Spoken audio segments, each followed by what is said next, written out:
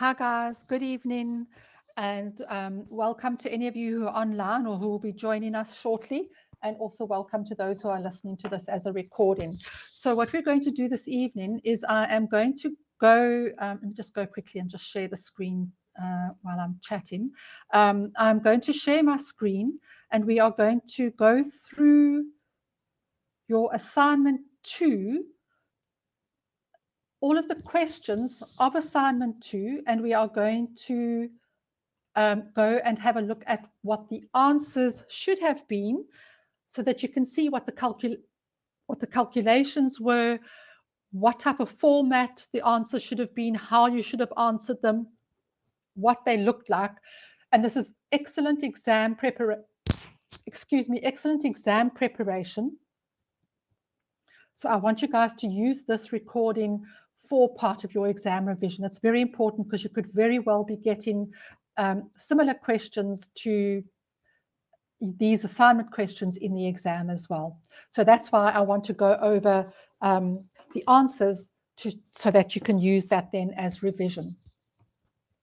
So in your question 1 of your second assignment, most of this question 1 were theory questions for 25 marks.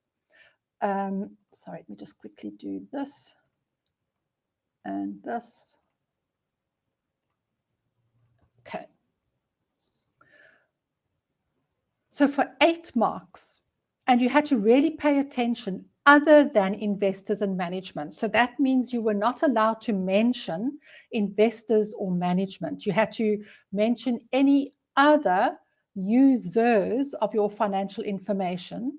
Who else would be interested in the financial information? So list 4 and explain. So this is also important. And so we want to list 4 and explain why they would be interested in the financial information. So you really have to read carefully.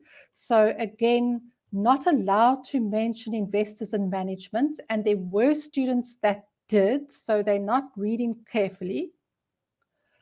And you weren't just to name them, you also had to explain why they would be interested. So I'm not going to go through that answer. You've got that in your textbooks. I'll show you in a minute. And you know what to do there. And then this one here, you had to always look for the verb. What are they asking you to do? Here they said list. And then list what? List 2 questions. So 2 questions that you think investors would be asking themselves prior, which means before deciding whether or not to invest in a business. So this means if you've got money to invest and you are looking to invest in shares in a business, you want to buy an ownership stake in a business, and you're looking at a couple of businesses to consider whether to buy them or not, what sort of questions would you ask yourself about that business when you are deciding whether to buy into that business or not? Oh dear, why has it done this to me? Okay, so this first one, 1.1, you could have mentioned any of these other users. This comes straight out of your textbook: employees, lenders, suppliers, customers, government, general public. And then quite simple. Remember, always keep it simple for 2 marks. Should we buy, sell, or hold our shares in that business? Will the business be able to pay dividends if we buy shares in that business? Any other valid points? So you didn't have to stick to that, as long as whatever you said made sense, it was logical and it was true, then I could have given you those 2 marks. Then this next question was, not that one, sorry. Management accounting is one branch of accounting. Again, in your own words, discuss the other branch of accounting. So that's obviously financial accounting. And then you had to, they said discuss. So for 2 marks, you had to then mention that financial accounting is where we record all the past transactions of the business, and that is mostly for the use of stakeholders external to the organization. That was what they were looking for. And then the lovely question that all students really enjoy, and that is where they give you a list of transactions. So take note here, we were using the perpetual inventory system to record inventory transactions. So all of these transactions involve the buying or selling or something else of inventory. VAT can be ignored, so we pretended we were not registered for VAT, and the following transactions took place. You had to analyze each of the above transactions and complete the table as follows. So here was the example. So this is analyzing under the accounting equation. These were the headings you had to use. They gave you an example, so your answer had to look like that. And it said, note, show the double entry. What's the account name that you're going to debit? And what's the account name that you're going to credit? So what account will be debited? What account will be credited for that, for each of those transactions? What goes under this column is the general ledger, the name of the general ledger account that will be debited and credited. Okay, as well as the effect on the accounting equation. So when they ask for the effect, again, you have to show that plus or minus in front of the amount, because that is the effect. Is the asset going to increase or is the asset going to decrease? So by putting the minus in front there, we are showing that the asset is going to decrease. So all of those things had to be present for you to get all of those marks. So let's have a look at what this would have looked like. So analyze each of the transactions and complete the table. First transaction, the owner contributed cash of 200,000 Rand to the business. So what's happening there? The business, remember the owner and the business are two separate entities. So the owner out of his bank account is paying into the business's bank account 200,000 Rand. So we are doing the books from the point of view of the business. So the business's bank account is increasing by 200,000 and the owner's capital account, in other words, reflecting the amount of money that the business owes to the owner, is also going to increase by 200,000. So what would your entry look like? Number the example so that it's easy to trace what you are doing. Assets, which is the business's bank account, is increasing by 200, and the owner's equity, which is the owner's capital account, is increasing by 200,000. So you had to show that plus in front. We are going to debit the bank account because our bank is receiving that money and it's increasing. Assets, bank is an asset. And assets increase on the debit side. And capital, remember click, C-L-I-C, credit, accounts that increase on the credit side, liabilities, income, and capital. So capital is going to be the account that must get credited. Remember, whatever account is getting debited by 200,000, there has to be an account that will be credited with 200,000. Our debits have to equal our credits exactly to the very last cent. Then the next transaction, we purchased goods for cash for 10,000 Rand. And take note that we are using the perpetual inventory system, which means every time there is a transaction that involves inventory, we do update the inventory account.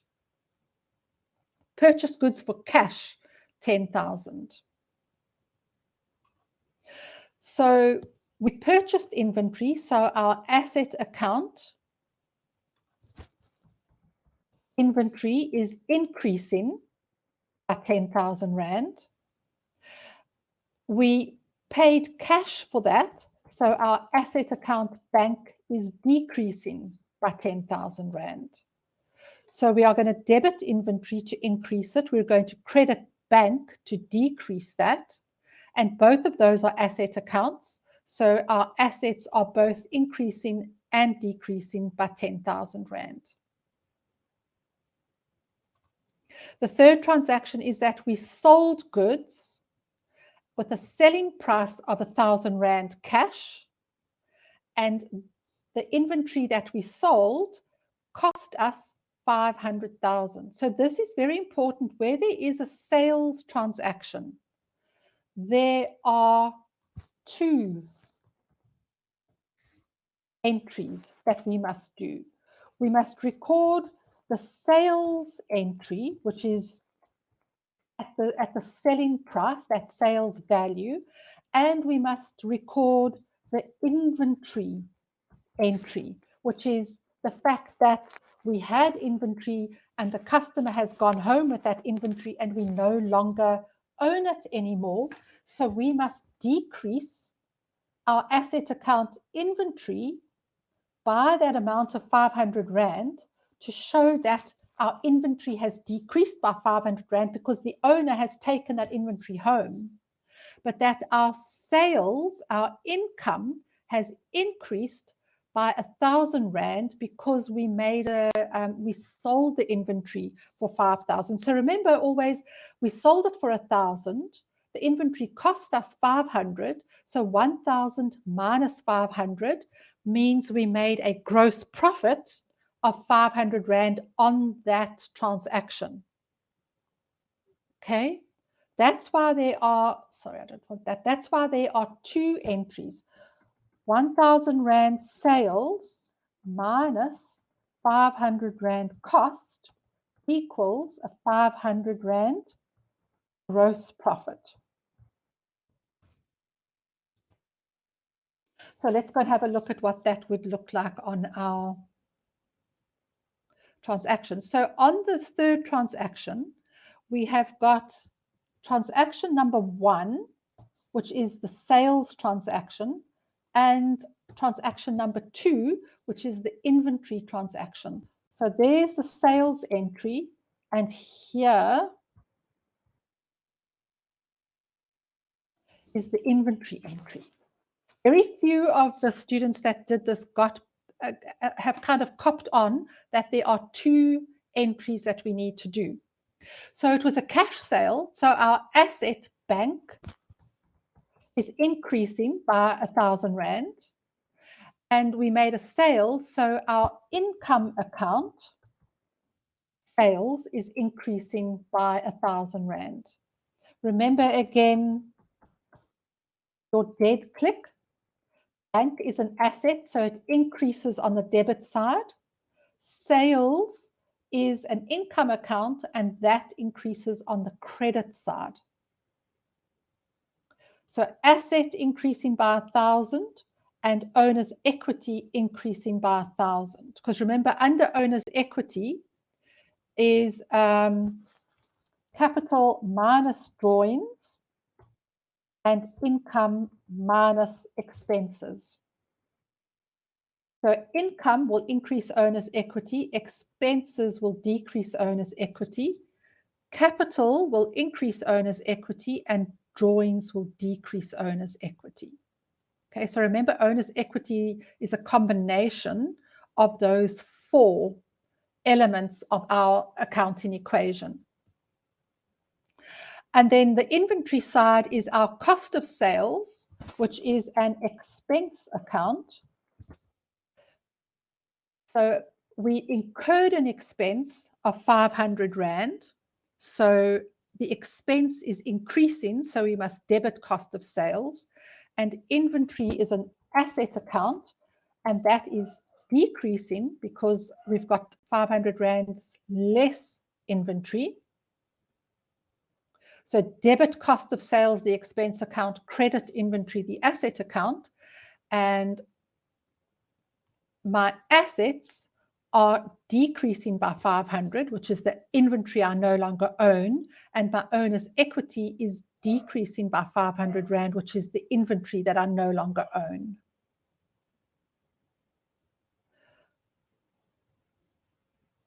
I am taking a long time and going through these transactions in detail, because remember, the more of these transactions you understand, if you understand these transactions, you'll be able to apply the same principles to any other transactions that they give you in an exam. Then the next transaction is that we paid 300 Rand for an advert in the local newspaper. So we're presuming that we paid cash out of our bank account, and we took out an ad in the local newspaper. So that's advertising, and we paid 300 Rand cash for it. So debit the expense account advertising. You can see how important it is to be able to identify. The very first thing with each of these things, you've got to say, is it an expense? Is it income? Is it asset? Because that then tells you what to do. Debit the expense advertising, credit the asset bank. So my expense advertising is increasing, which has the effect of decreasing my owner's equity. And my bank account is decreasing, which is why I'm crediting it. So my asset bank is decreasing. So minus 300 to decrease owner's equity, and minus 300 to decrease the asset bank. And then the last one, the owner took goods, in other words, inventory for their own personal use. So remember, wherever we've got transactions between the business and the owner, we then use the why can't I spell tonight? Proprietary accounts, I'm really not going to get this right. Proprietary, have I got it right? What's wrong with me? We use the proprietary accounts, which are capital and drawings. So in this case, the owner took goods, which means that we are going to have to charge the owner, which means we're going to use the drawings account. So the selling price of the goods is 500 Rand. So remember, when the owner takes goods, we don't charge him the selling price. We charge him the cost price, which is because we have to reduce our inventory. So we have to credit the inventory, decrease inventory at the cost of the inventory. What did the inventory cost us? And we decrease inventory at its cost, and we increase drawings at that same cost. So debit drawings with the cost and credit inventory with the cost of that amount.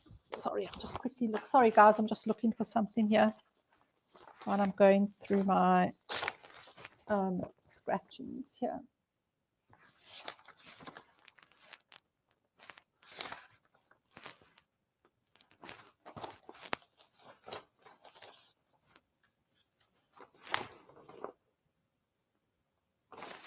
Sorry, I just wanted to look something up.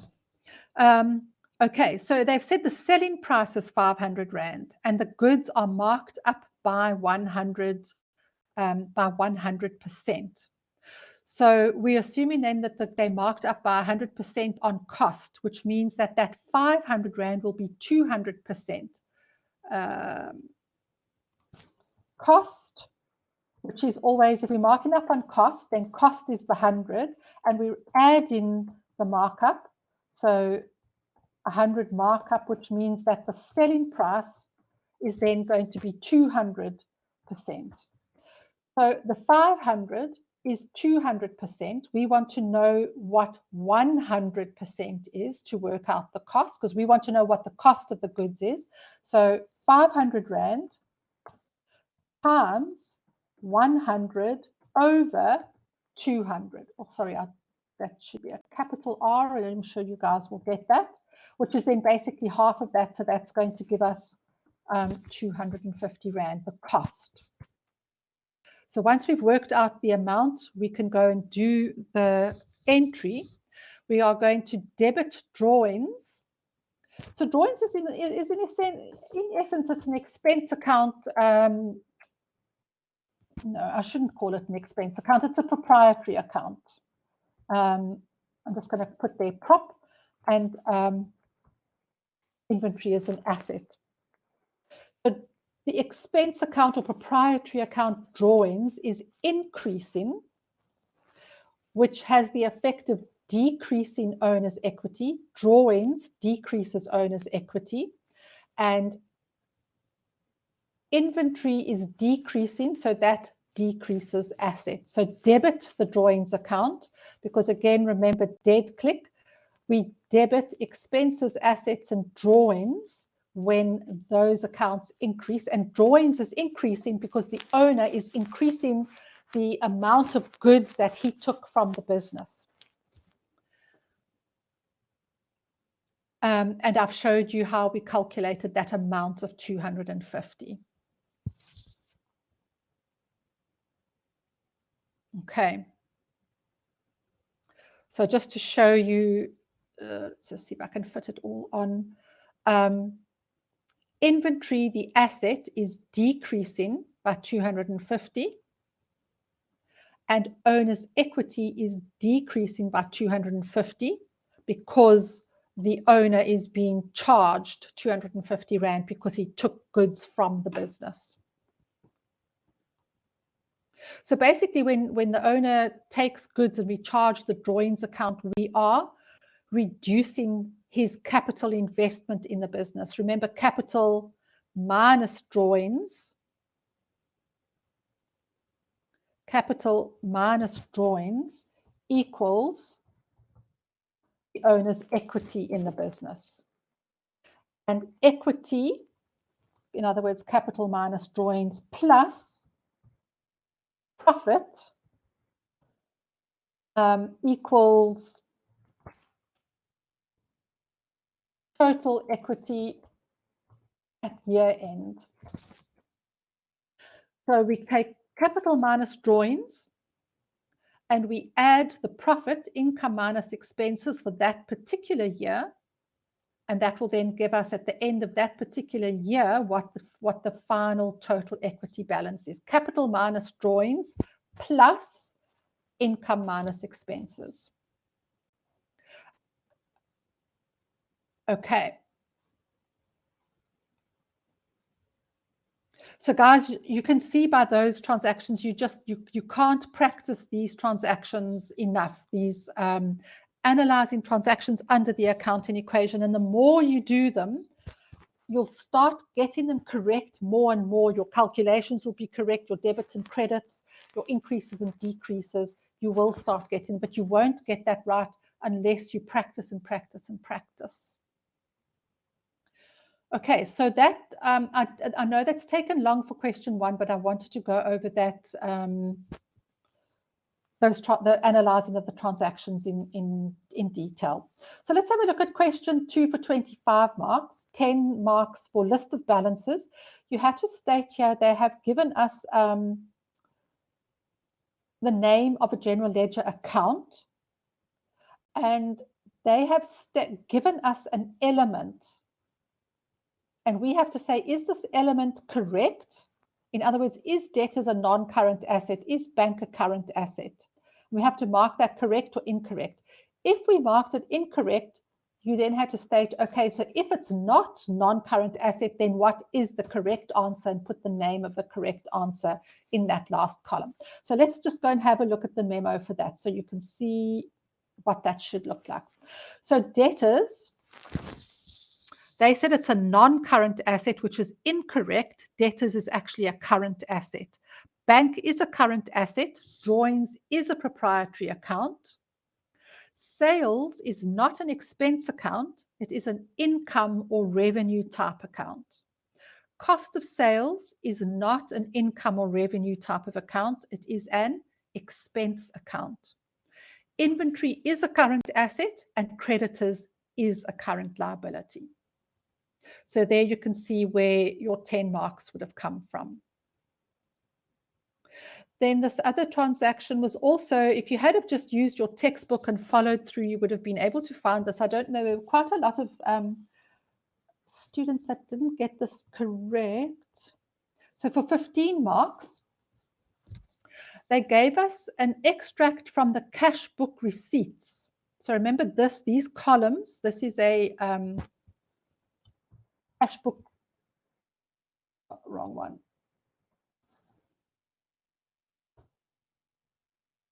This is a cash book receipts.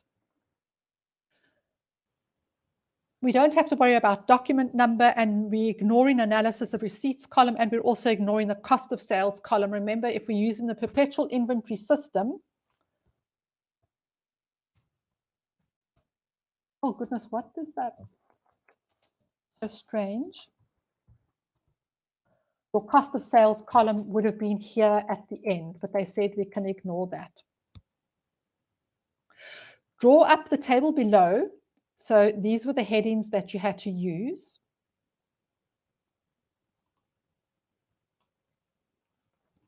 And provide a brief description of each of the 5 transactions. So a lot of the students didn't do this instruction.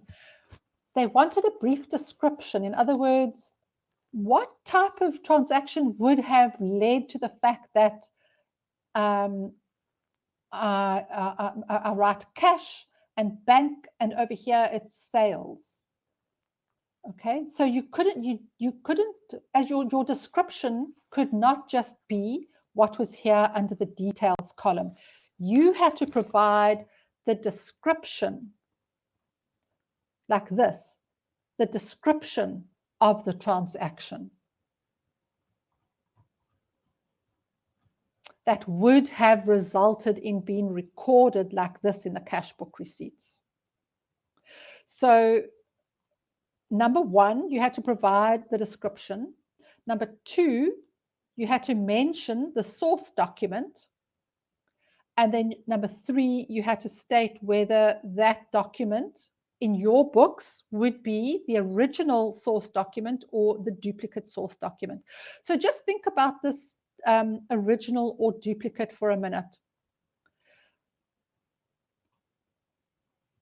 If your business transacts with another business, for instance, you purchase goods from another business, the other business has to give you a copy of their invoice. If you pay money to another business, they have to give you a copy of their receipt. If you picture going into a business when you do that, if it was the old manual system with a carbonized book, if they write out the invoice or the receipt, that business tears off the top copy, which is the original, and they give it to you to take home with you, and the carbonized copy remains in the book for the business's own record. So whenever you have got some other company's document as your source document, that will be an original document. And if the document you're using as the source document to record the transaction comes out of one of your own books, then that will be a duplicate document. Okay, so hopefully that explains the difference between original and duplicate. So the first transaction, well, let's just go and have a look, because we'll have enough information over here to cash. So the description should have been, we sold goods for cash. We sold goods, so that's our own transaction, which means that we would be using a duplicate source document as the source document of record for recording that transaction.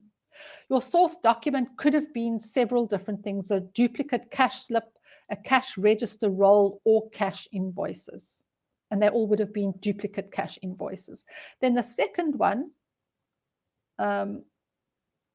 if you go and have a look here, details Mr. Marmer, 1,300 Rand went into the bank, and that is going to debit bank and credit debtors control.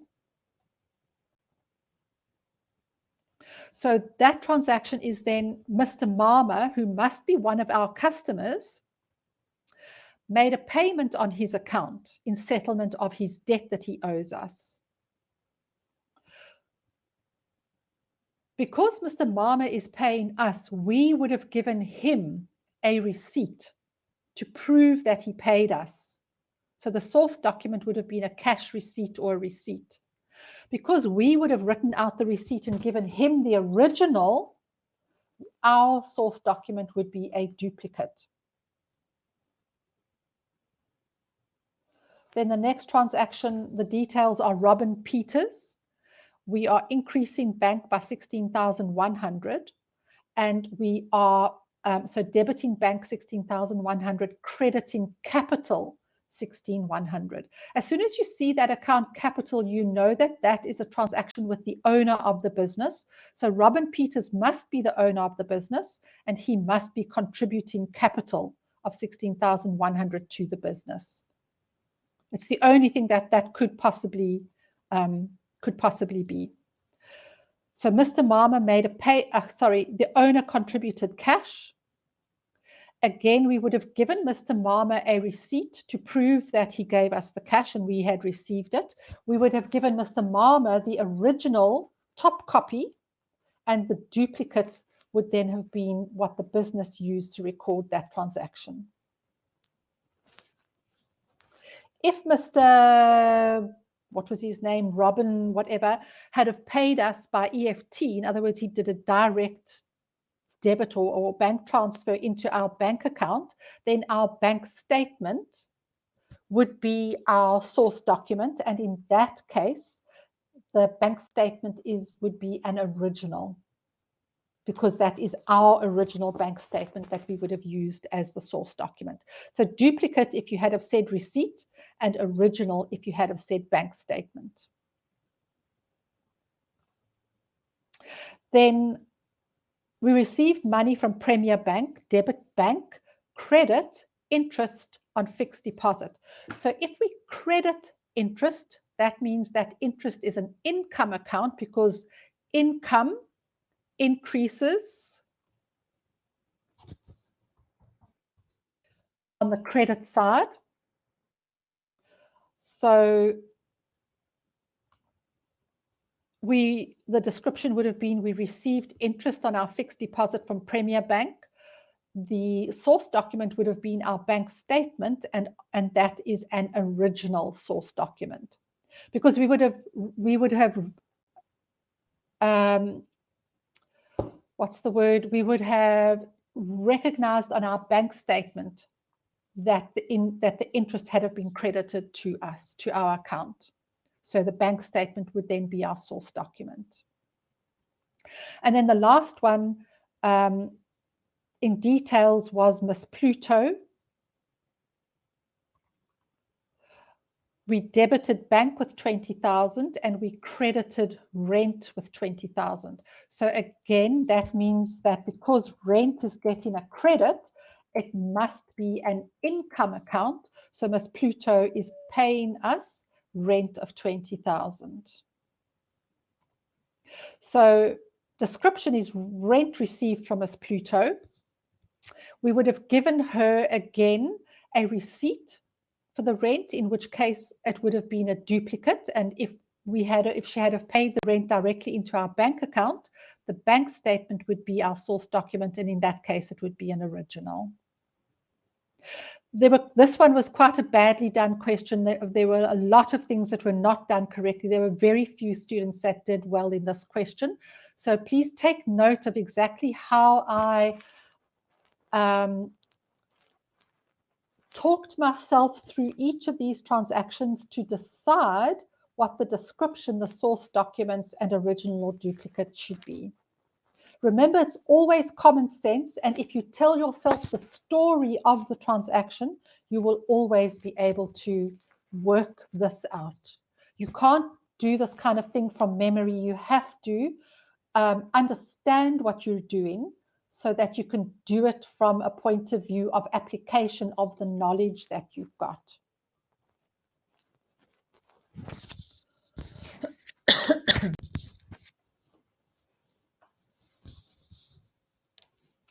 Okay, I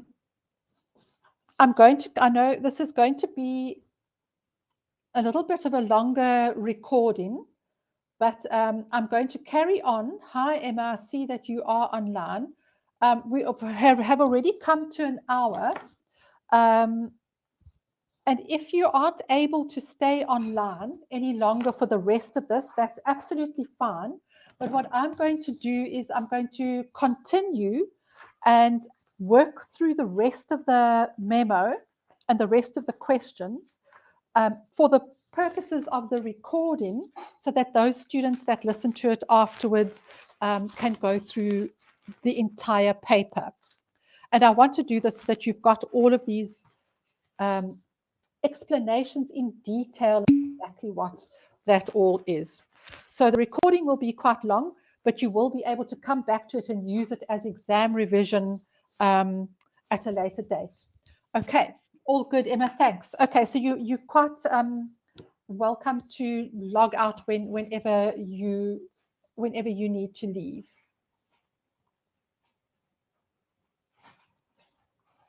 So then our question 3,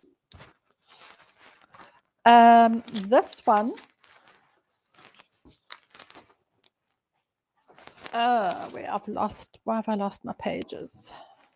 Oh, that's why. Sorry, just a sec. So our question 3 is a Learning Unit 3 and Learning Unit 5 question.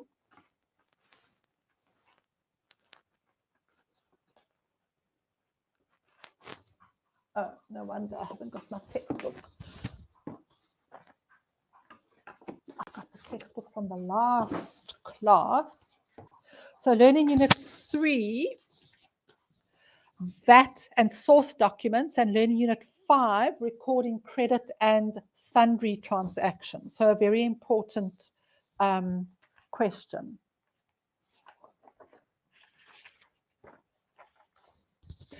So Topaz Traders is a wholesaler. Remember, guys, for your exams, you are going to take a highlighter with you so that as you are reading through the question in your 15 minutes reading time, you can highlight the important things that you need to remember so that you don't make mistakes when you go through the question. So that's what you would highlight. Okay, they sell goods in this case for cash and credit, and they are a VAT vendor and they only deal with other VAT vendors. So what does that tell you about this VAT vendor? That means that all of these transactions here will include VAT because you are a VAT vendor. So if you make a sale, you have to add VAT to your sales price. And if you purchase goods from a VAT vendor, that means the purchase price that you are paying includes VAT.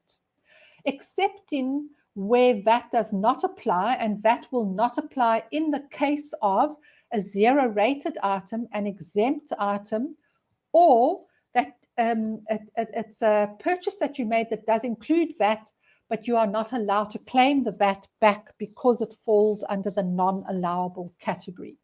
So again, you need to know your VAT categories for this question. You need to know your VAT transactions.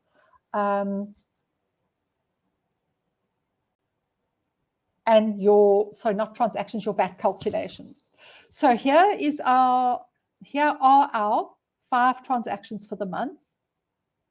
Original credit invoice from Ruby Wholesalers. So this will then be a purchase, a credit purchase,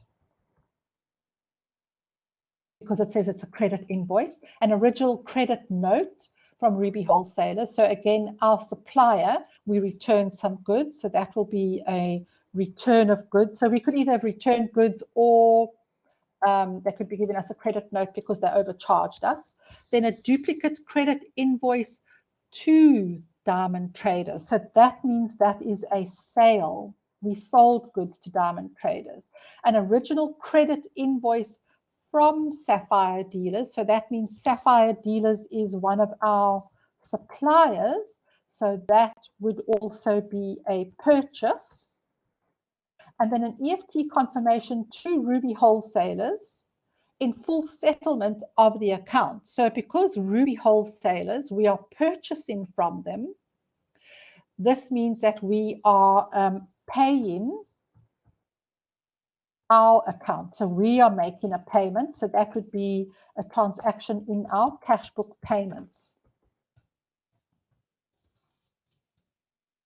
Okay. So this is kind of, when you look through these documents, this is how you must understand. Is that a transaction where I bought something, or is it a transaction where I sold something? You have to be able to identify that correctly so that you can put that transaction into the correct subsidiary journal. Does it belong in my debtors journal, or does it belong in my creditors journal, or my debtors allowance journal, or my creditors allowance journal? And if you can't identify that correctly in the first place, then you're not going to get all of your marks for this question. Remember again, 25 marks means 25 minutes.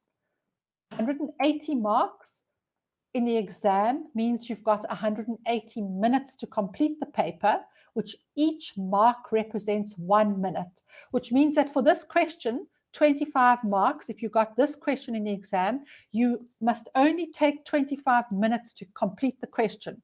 If you take anything longer than that, you're stealing minutes from other questions, and you cannot get that time back, because your 180 minutes is a finite number.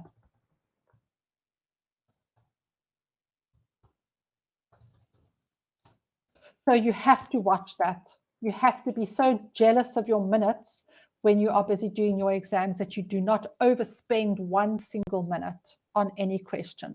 So remember also, you're going to do the questions first, the short questions that you can do quickly, that you know the best. You'll do those questions first, and then the longer questions that you need time to think about, and those ones that you don't know that well, that you might be a little bit slower at, you're going to leave those till the end so that you don't run out of time. So all those questions that you can get the marks easily, you put those marks down on the paper, you do them first, and then the others you do afterwards. Okay, so they say, answer the following question. Debit and credit notes are source documents used for transactions with debits and credits. In your own words, explain how these documents are used in the accounting system. Include in your answer the VAT information required on each of the documents. So a debit note and a credit note. So we know that a credit note is something that we write out if one of our customers return goods, we give a credit note to show that we owe them some money back. And if it was one of our customers, we would give them a debit note if we had to charge, if we had maybe undercharged them, and we have to maybe we worked out the incorrect price and we had to charge them extra money, we would write out a debit note to show that we had to charge them extra. And if it was from our supplier, if we got a credit note from one of our suppliers, that means we had returned goods to the supplier, and they are giving us a credit note to show that we had returned goods, or perhaps they had overcharged us. And then if our supplier is giving us a debit note, then that means that the supplier has to perhaps charge us with interest that they are charging us because we're paying them late, or they undercharged us for some reason, something to that effect. But again, as long as you understand what the difference is, I wasn't too crazy about this answer that was written down on the memo. So don't pay too much attention to the wording. Just make sure that you in your own mind can explain correctly what a debit note is. So here on this paper, they have said a debit note is issued by a supplier to a debtor. So in other words, the debtor is the customer, the supplier is the person the customer is buying from, as a means of requesting a credit note. A debit note acts as a source document to the purchaser's returns journal. And a debit note would therefore reduce the expense amount owing by the debtor. A debit note is a valid document for tax purposes, because remember, they asked for the VAT implications, and must therefore contain the same information that appears on a valid tax invoice. So a debit note would also have the excluding VAT, the VAT, and the including VAT amounts on it. And then a credit note is a document that records the cancellation of a sale or a part cancellation, in other words, a return of some of the goods. It's also a valid tax document, and it also must include all of the information on a valid tax invoice. And then they wanted an explanation of settlement discount. So settlement discount is instituted to encourage your customers to pay the amount that they owe you as soon as possible. That's really all the purpose that is. You give them discount to get that cash into your bank account as quickly as possible. It is also recorded excluding VAT, because you also, the amount of the settlement discount, the total settlement discount includes VAT, so you also have to work out the excluding and the VAT amount, because it's kind of also like a reversal of a sale, because you would have invoiced them the full amount and now you're giving them a discount. So it's almost like saying some of that sale you are reversing. So again, remember, a credit note must be a valid, same information that appears on a valid tax invoice. So your settlement discount would record that same information. A trade discount is, they say, to entice a customer to buy more, but also if you are a wholesaler, wholesale customers will get trade discounts, and if you're just an outside person buying goods for your own use, they'll charge you the full price. So a trade discount is not recorded as a transaction anywhere in anybody's books, but it is calculated at the time of making out the original invoice. So the actual price recorded on the invoice will be net of that trade discount. Then they wanted us to record those transactions in that list above, the creditors journal and the creditors allowances journal. So you had to identify correctly out of these transactions which ones belonged in which journal. So if you purchase goods from a customer, that would be in the credit journal. Sorry, credit journal. If you got a credit note from your supplier because you returned goods, that would be in a creditor's allowance journal. If you gave a credit invoice to one of your customers, that would go in the debtor's journal. Original credit invoice from one of your suppliers would also be in the creditor's journal, and an EFT confirmation to Ruby wholesalers in full settlement of the account. I've already said previously that would go in the cash book payments. Okay, so again, if you read through a list of transactions, you should easily and quickly be able to write down the little abbreviation as to which journal that transaction would be recorded in. So we've got two transactions that belong in the creditor's journal and one transaction that belongs in the creditor's allowances journal. So original credit invoice from Ruby wholesalers was 17,250 including VAT, and an original credit invoice from Sapphire dealers for 20,000 Rand excluding VAT. Okay. So this is the creditor's journal. Here's our Ruby wholesalers for 17,200. So here's our main column, which is the creditor's control. Remember, the creditor's control column is always the including VAT column. Then the input VAT is the VAT amount on its own, and our purchases or inventory column is the excluding VAT amount.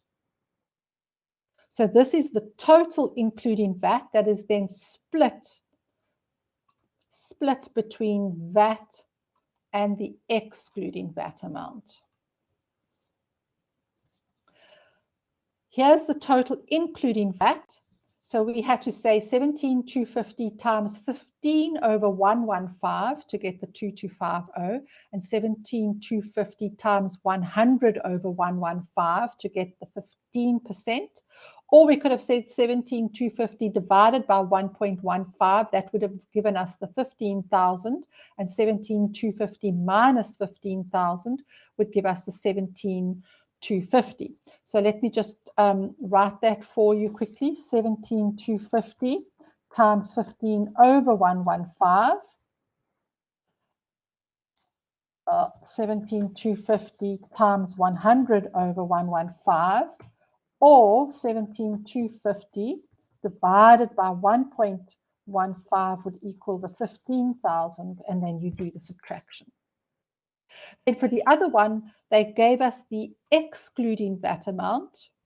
Okay, so this amount here was what was given for ruby wholesalers, and this amount is what was given for sapphire dealers. So because they gave us the excluding VAT, we then had to work out the VAT and the inclusive amount. So that would have been 20,000 times 15% equals the 3,000. And then our 20,000 plus the 3,000 would have given us our 23,000. Okay, so they deliberately gave us one inclusive VAT amount and one exclusive VAT amount so that you had to practice your calculations. And then guys, please always remember, wherever you've got these journals, you always have to give column totals unless they specifically state that you don't need column totals. You can see there were 3 marks there for the column totals that you would have lost if you did not total your journal. Let me just go back to the question paper and see if they asked for totals.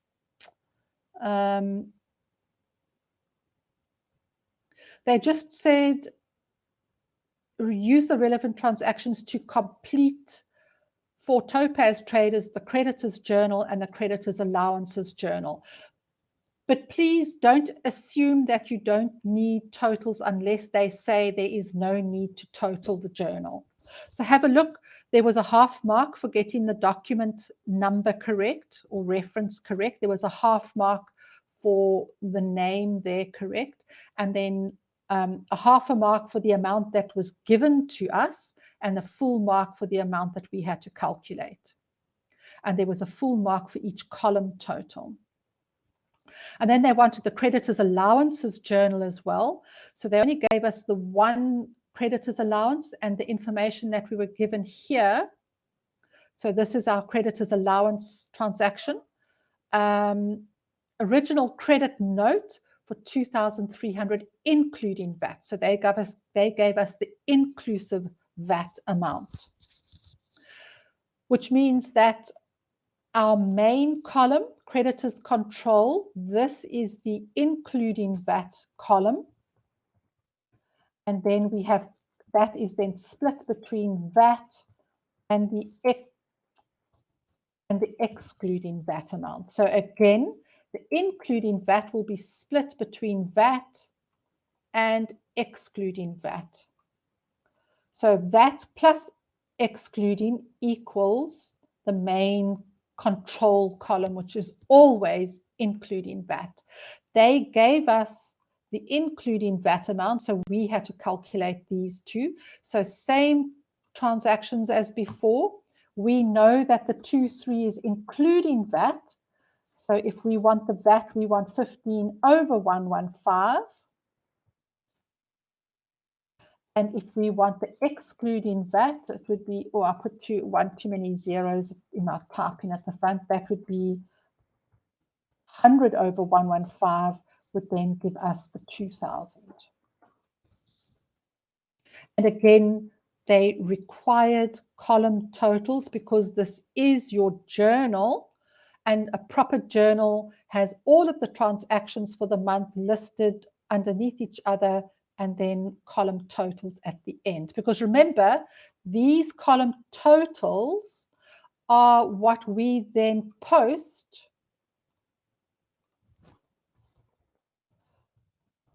to the general ledger. Remember, in your bookkeeping cycle, you have a source document which arises from a transaction that the company undertakes, or that the transaction is the company is involved in. We record the source document into one of our journals, sequentially one underneath each other in date order throughout the month.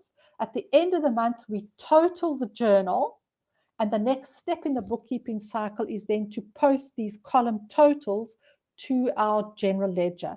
And remember, when we say general ledger, we mean those totals have to go into the T accounts. And then once we've posted everything into the T accounts, all of the final month-end totals in the T accounts, the list of those totals make up our trial balance, and we use the trial balance to then produce our financial statements.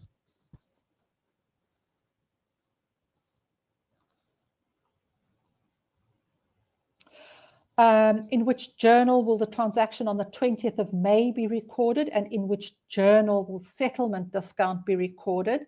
So the transaction on the 20th of May, we've said cash book payments, and settlement discount is a sundry transaction, so that will be recorded in the general journal. The journal entry recorded in the general journal. Remember, general journal, all sundry transactions go into the general journal.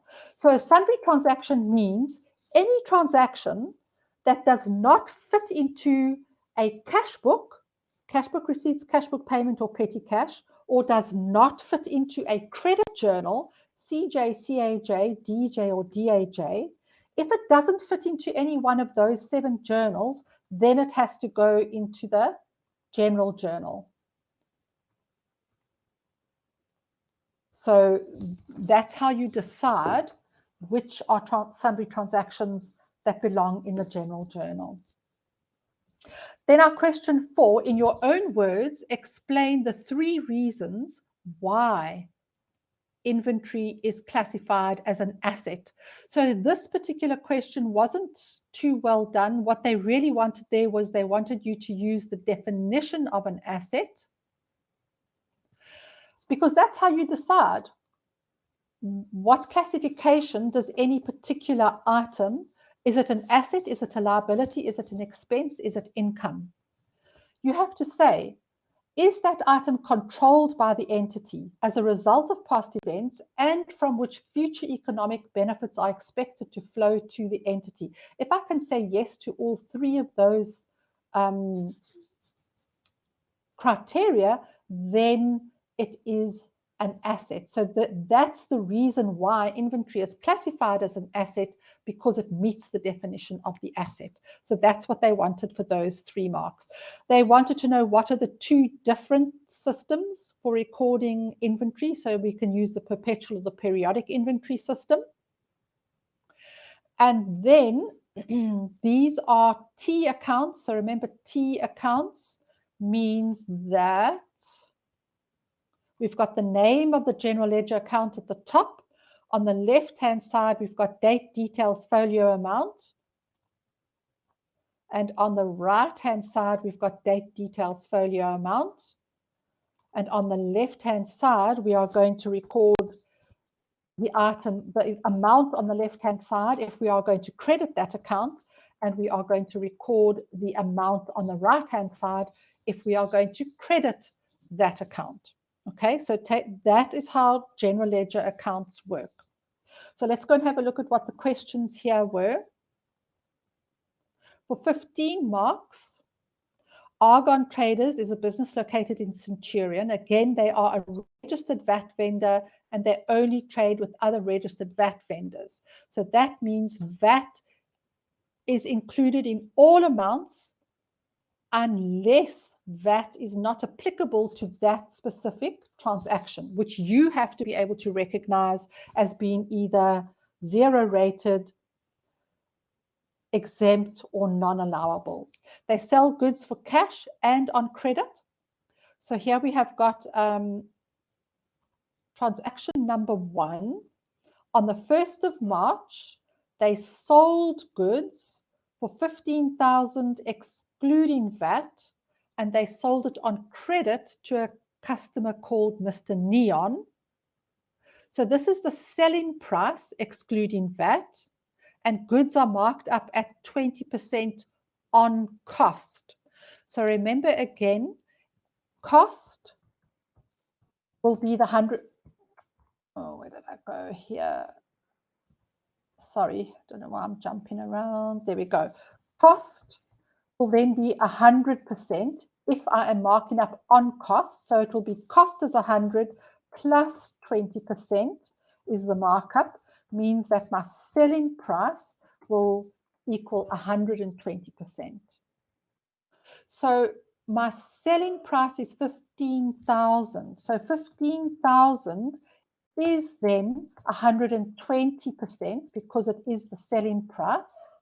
So if I want to know what the cost price is, I then say the 15,000 times 100 over 120 will give me my cost. And if I want to know what the markup is, 15,000 times 20 over 120 will give me the markup or the profit. But take note that that 15,000 is the excluding VAT amount. So you can do these calculations here, which would then give you the cost excluding VAT, which is what we actually want at the end of the day, and the markup excluding VAT, which is what we want at the end of the day. And we would then also say that 15,000 times 15% would then be our VAT amount that we would then record in the VAT general ledger account, VAT output. Okay. So they said record transaction 1. So this is this transaction in the applicable general ledger accounts. So plural, using the perpetual inventory system. So here again, they have said the general ledger accounts. So that is the T accounts. As soon as you see general ledger, it's the T account. So again, general ledger accounts, remember what I said earlier on, wherever we have got a sale, there are always two transactions.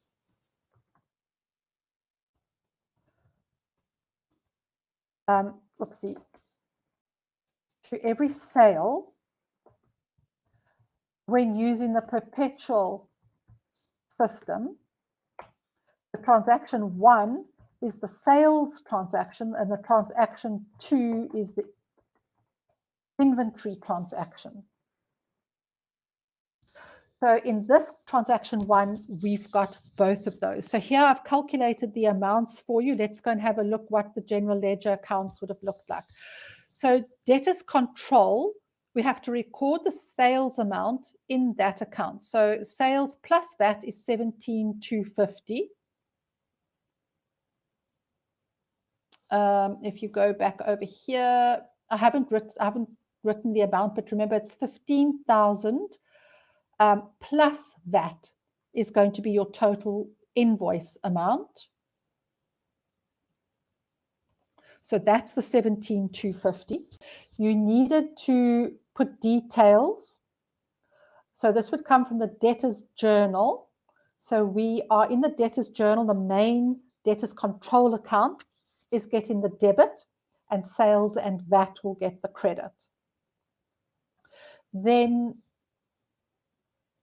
the inventory account, which is going to be the cost of sales, inventory is decreasing. So on the right-hand side of the inventory account, we are going to put the cost amount.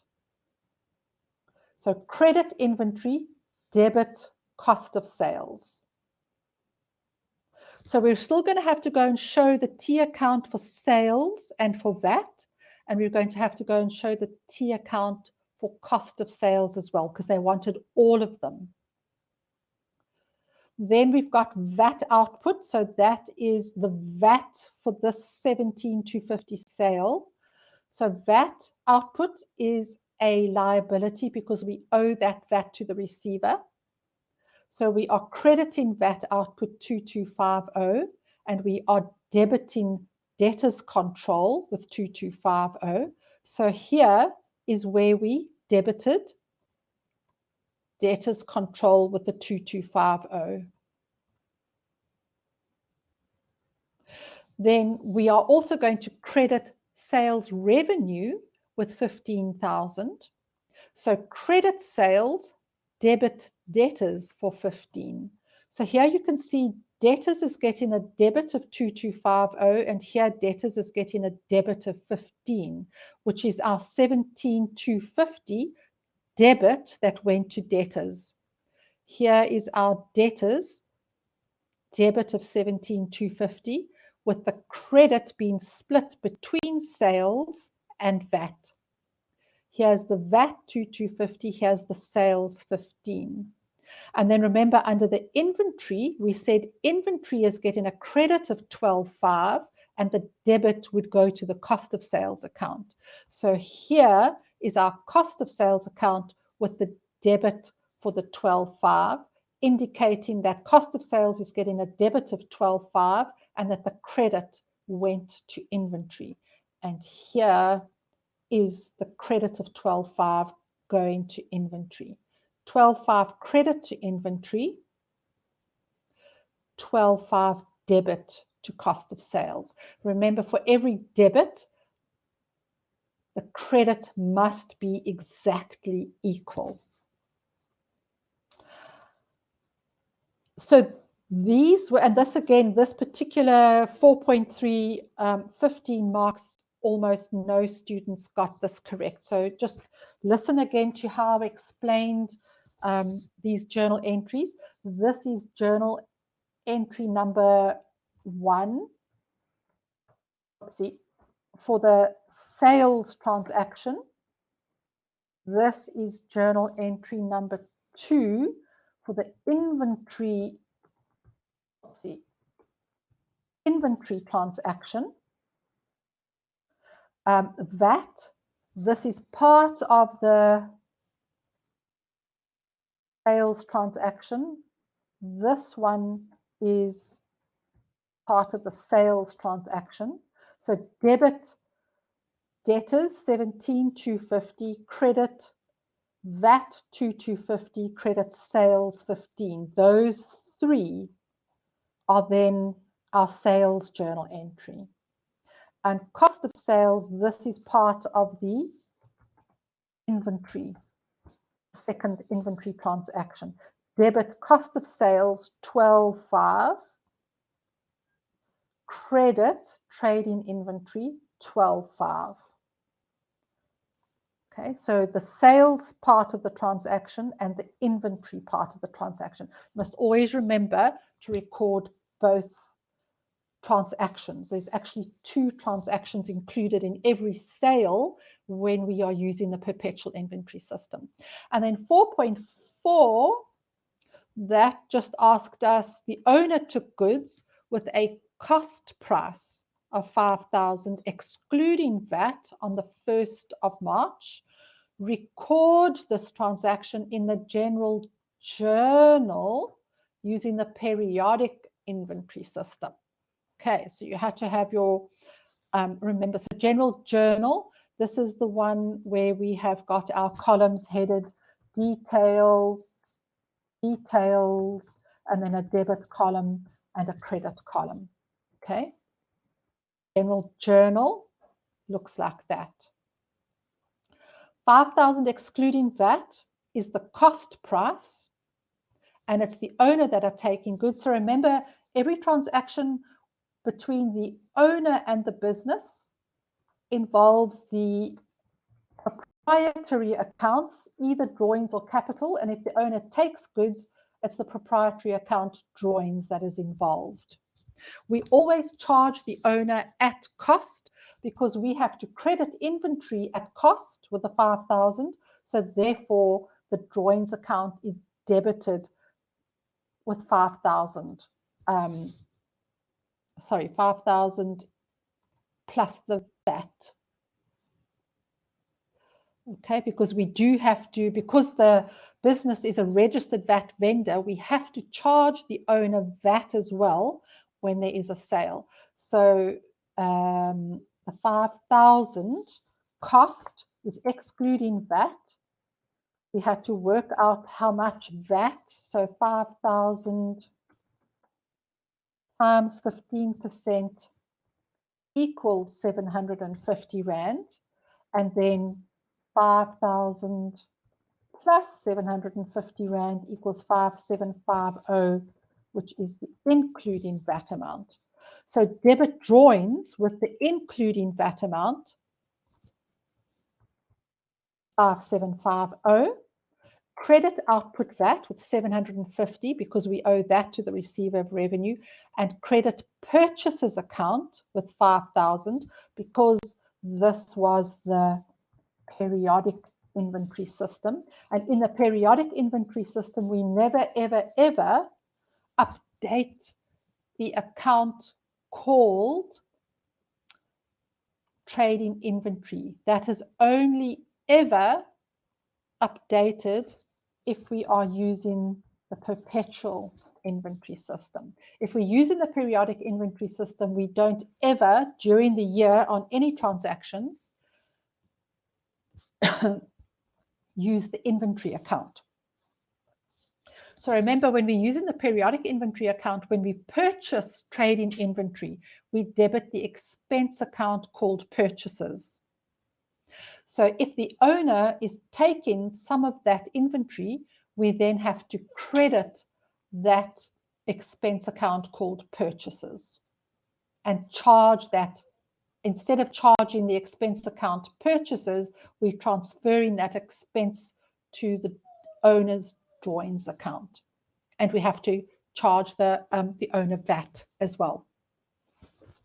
Okay, guys, so I know this has been a long recording, but I wanted to get this all down for you so that you've got it to use to prepare for your exam, because these are typical entries that you will get for your exam. So I really hope that you're going to take the time and trouble to listen through to all of this, and that it has been helpful for those of you that have done that. Okay, my gosh, Emma, very well done on sitting through all of that. I really hope it was helpful to you. And that you've learned a lot in this session. Awesome. Okay, so I'm going to end the recording.